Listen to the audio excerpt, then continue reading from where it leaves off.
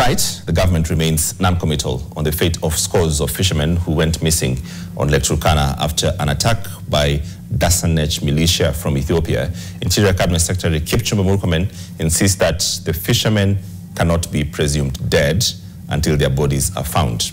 His remarks coming just days after the county government of Turkana unveiled a monument in memory of 40 fishermen who went missing in February 2025 attack. Mashari Mbogwa tells us more. It took 4 days for Kenya to access the scene of attack and recover only 2 bodies after being granted authority by Ethiopia. 8 days later, a 3rd body was recovered.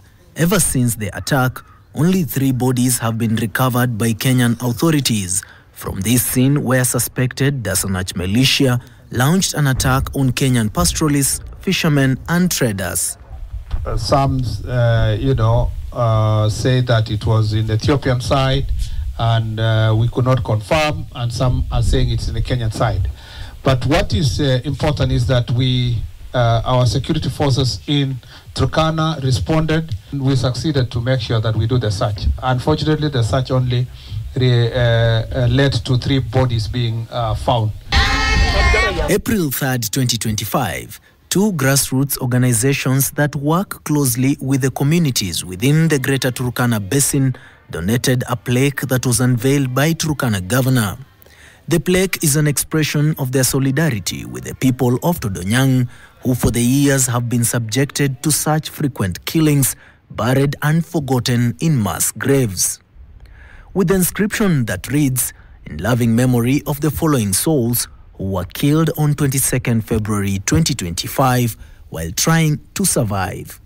The list presumes that the 40 names are of the deceased. These once again, residents say, the government failed them by not expediting the search and rescue mission to find out whether their missing people are dead or alive. Waliuliwa ndani ya maji kwa boti wakaleta mpaka wakauliwa mpaka hata wakafisha mwili ya watu mpaka hata saizi.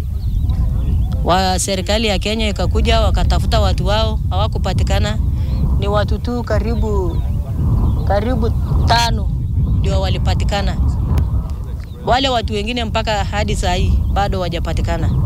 The last official update by authorities on the killings was on March 7th, where Rift Valley Regional Commissioner indicated 66 survivors rescued, 38 still missing and 3 bodies retrieved from the lake. Authorities have since distanced themselves from a generalization that many people are presumably dead, as there are no bodies to prove it. Most of the fishermen don't come from Todonyang. It's not people that live in Todonyang, and Todonyang is very far.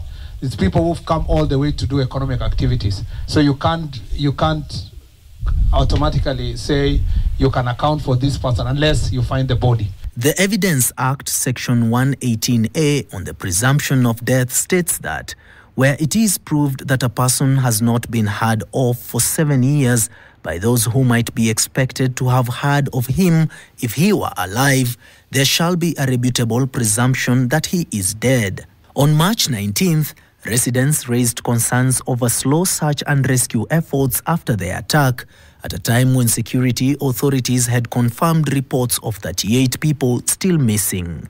Could this be a case of delaying the inevitable, stalling or neglect from the government?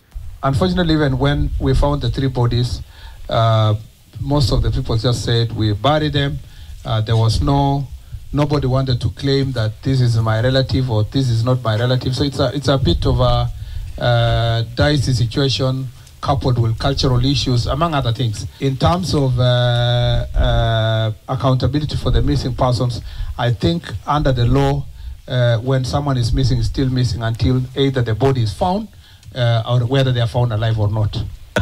I think an explanation or some accounting elements should actually be raised. That is exactly the reason why we are here. Residents, however, insist that it is still a burden of the state working with community members to ascertain whereabouts of its own citizens that are missing or a part of the attack. Mashari Mbogwa, NTV.